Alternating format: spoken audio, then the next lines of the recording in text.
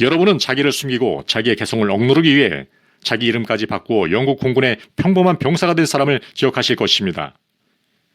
여러분은 그가 자전거 사고로 비극적인 최후를 마친 사실과 그가 겸손과 자기 희생의 모범인으로 얼마나 찬양을 받았는가를 회상하실 것입니다. 심령이 가난하다는 것은 이런 일을 의미하지 않으며 여러분의 이름을 바꾸고 여러분 자신을 거짓되게 십자가에 못 박거나 다른 사람의 성격이나 개성을 가져야 함을 의미하지 않습니다. 이것은 철저할 정도로 비성경적이며 전혀 비기독교적인 것입니다. 이와 같은 유의 행동이 세상에 감명을 주는 일이 많고 기독교인들에게도 감명을 주는 일이 있습니다. 그들은 놀랍게 겸손한 것으로 간주되기 때문입니다.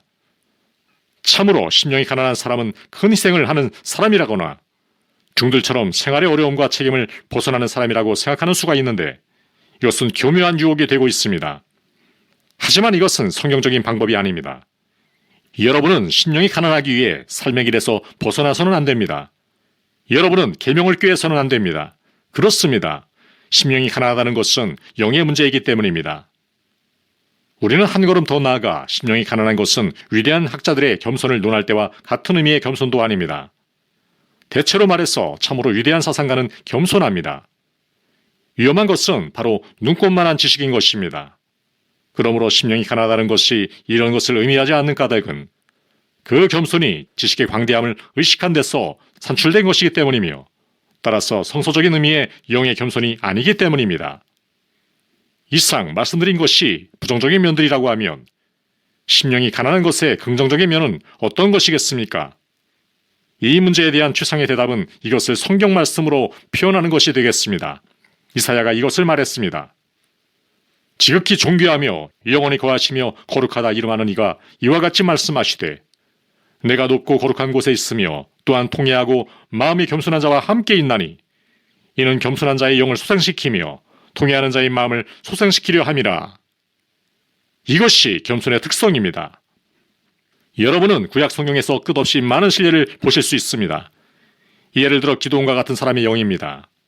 그는 주께서 해야 할 큰 일을 그에게 전하기 위해 사자를 보내셨을 때 그가 보소서 나의 집은 므낫세 중에 극히 약하고 나는 내 아비 집에서 제일 작은 자니이다 라고 했습니다. 이 사람은 우라이어 히프가 아니라 자기가 말한 것을 그대로 믿으며 위대하다든가 영이라는 생각을 피하는 사람이었으며 그런 생각은 믿어지지 않는 것으로 생각한 사람이었습니다. 그것은 모세의 정신과 같았습니다. 그는 자기에게 부과된 임무를 수행할 자격이 없음을 깊이 느끼고 자신의 부족과 부족격을 의식했던 것입니다. 우리는 그것을 다윗에게서도 봅니다. 그는 주여 내가 뉘기에 당신이 제게로 오시나이까? 라고 말했습니다. 그 일이 그에게는 믿어지지가 않았습니다. 그는 그 일로 매우 놀랐습니다. 우리는 이것을 이사야에게서도 보게 됩니다. 환상을 본 이사야는 나는 입술이 부정한 사람이라고 했습니다. 심령이 가난한 것이란 바로 이것입니다. 이것은 구약 성경을 일관하고 있습니다. 하지만 신약 성경을 봅시다. 여러분은 이것을 사도 베드로와 같은 사람에게서 완전히 볼 수 있습니다.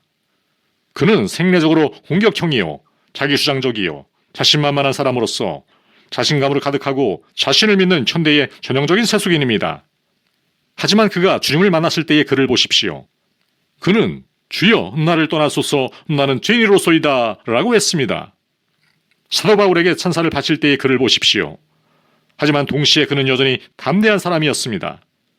그는 나약하거나 신경이 약한 사람이 되지 않았습니다. 그렇습니다. 그는 그런 식으로 변하지 않았습니다. 베드로 고유의 개성은 변함없이 그대로였습니다. 하지만 동시에 그는 심령이 가난했습니다. 이것을 사도 바울에게서 찾아봅시다. 여기서도 큰 능력을 가졌고 그 능력을 충분히 의식하고 있던 사람이 있습니다. 하지만 그의 서신을 읽으면서 여러분은 그의 생애 끝까지 그가 싸워야 했던 싸움은 자만에 대항하는 싸움이었음을 압니다. 자랑이라는 말을 그가 계속 사용한 것도 이런 까닭이었습니다. 능력을 부여받은 사람은 누구나 이것을 의식합니다. 그는 자기가 여러 가지 일을 할 수 있음을 알았습니다. 바울은 이것을 알고 있었습니다. 그는 빌립보 교회에 붙이는 편지의 저 위대한 3장에서 육체를 신뢰하는 일에 대해 우리에게 말했습니다. 그것이 경쟁의 문제라면 그는 아무것도 무서울 것이 없다고 했습니다. 그런 다음 그가 자랑할 수 있는 것들의 항목을 우리에게 주었습니다. 하지만 다메섹으로 가는 길에서 부활하신 주님을 보고 난 후로 그는 모든 것을 배설물로 여겼습니다. 이 같은 능력을 소유했던 그가 고린도에 나타났을 때에는 제가 이미 상기시킨 바와 같이 약하고 두려워 떨리기까지 하였습니다. 이것은 그 후에도 여전했습니다. 바울은 전도의 임무를 계속할 때에 이런 일들에 자격 있는 자가 누구냐라고 물었습니다. 만일 어느 누구가 자격이 있다고 생각할 권리가 있었다면 그것은 바로 바울이었습니다. 그러나 그는 심령이 가난했으므로 자신이 부적격자라고 느꼈던 것입니다. 하지만 무엇보다도 우리는 이것을 우리 주님의 생애에서 보게 됩니다. 그는 사람이 되셨고 죄인인 육신의 모양을 입으셨습니다. 그는 하나님이셨지만 여기 땅 위에 계시는 동안 사람처럼 사시기로 결정하셨습니다. 그런데 결과가 이러했습니다. 나 스스로는 아무것도 할 수 없노라 라고 그는 말씀하셨습니다. 이것은 신인의 말씀이셨습니다. 내가 너에게 이르는 말이 스스로 하는 것이 아니라 아버지께서 내 안에 계셔 그의 일을 하시는 것이라고도 하셨습니다. 나는 아무것도 할 수 없고 그에게 절대 의존한다. 바로 이것입니다. 그리고 그의 기도 생활을 보십시오. 여러분이 주의 가난한 영과 하나님을 의뢰한 것을 보게 되는 것은 그가 기도하시는 것을 살펴보고 그가 기도로 보낸 시간을 살필 때입니다. 이것이 심령이 가난하다는 의미입니다. 이것은 자만심이 완전히 없음, 자신과 자기 의존의 완전한 없음을 의미합니다. 이것은 우리가 하나님의 존전에서 아무것도 아닌 존재라는 의식을 의미합니다. 우리가 나을 수 있는 것은 하나도 없습니다. 우리 스스로 할 수 있는 것은 하나도 없습니다. 가난하다는 것은 우리가 하나님과 마주대할 때에 느끼는 우리의 철저한 무능에 대한 이 엄청난 인식입니다. 이것이 심령이 가난하다는 것입니다. 저는 할 수 있는 한 강하게 이것을 표현하려고 합니다. 그리고 성경의 가르침을 근거해서 하겠습니다. 그것은 이것입니다. 즉, 우리가 기독교인이라면 우리는 생애적 혈통을 의뢰하지 않으리라는 것입니다. 우리는 가문에 의존하지 않으리라는 것입니다. 우리는 생애적 기질을 기초로 삼아 그 위에 세우지 않으리라는 것입니다.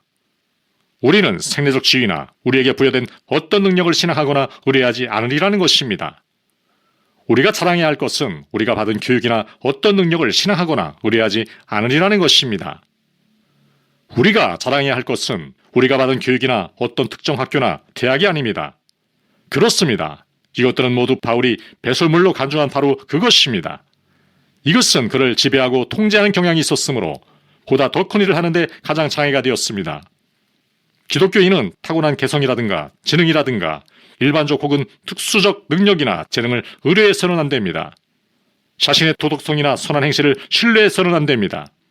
우리가 지금까지 살아왔거나 또는 앞으로 살려고 애쓰는 삶에 조금이라도 의지해서는 안 됩니다. 그렇습니다.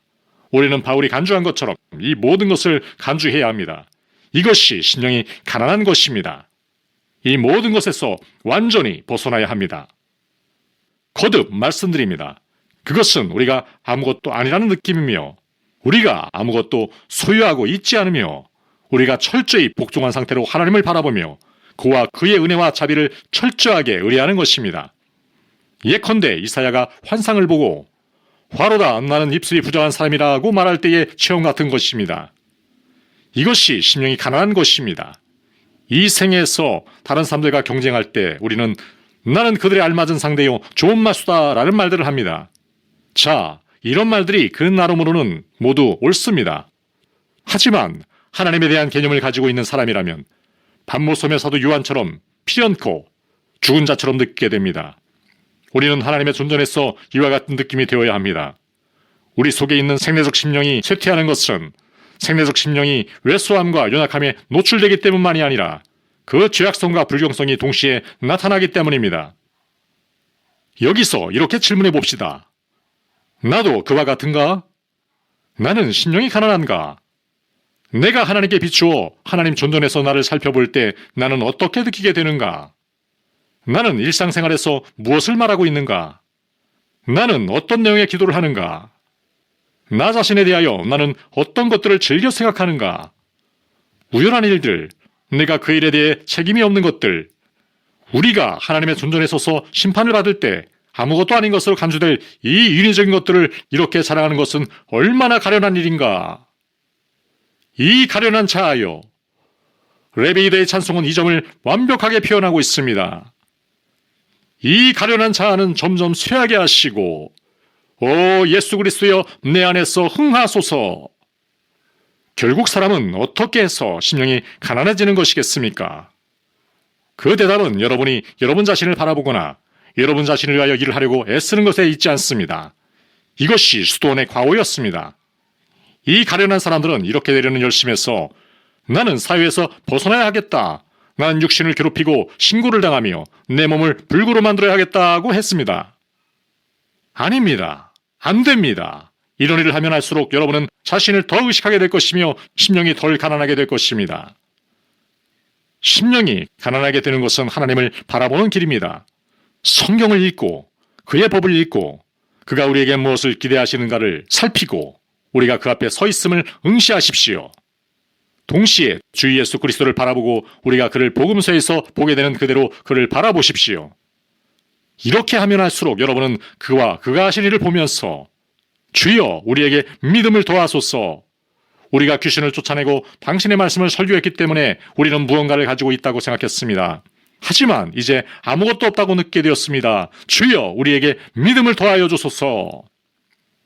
주를 바라봅시다. 주를 바라보면 볼수록 우리를 스스로 무력하다는 것을 느끼게 됩니다. 그래서 우리들은 더욱 심령이 가난하게 될 것입니다. 주를 바라보십시오. 주를 계속 바라보십시오. 성도들을 바라보십시오. 성령으로 충만해지고 쓰임받은 사람들을 바라보십시오. 하지만 무엇보다도 다시 주를 바라보십시오. 그러면 여러분은 자신을 위하여 할 일이 아무것도 없게 될 것입니다. 그것은 여러분에게 행해져야 할 것들입니다. 여러분의 자신들의 절대 가난함과 공허함을 느끼지 않고는 그를 참으로 바라볼 수 없을 것입니다. 그런 다음 주님에게 말씀하십시오. 내 손에 있는 것은 하나도 없으니 오 주여 당신의 십자가를 붙들 뿐입니다. 속이 비고 무력하고 벌거벗은 죄인이지만 주님은 항상 충족시켜 주십니다. 제게 필요한 것이 모두 당신에게만 있으니 오 하나님의 어린 양이시여 주께로 갑니다.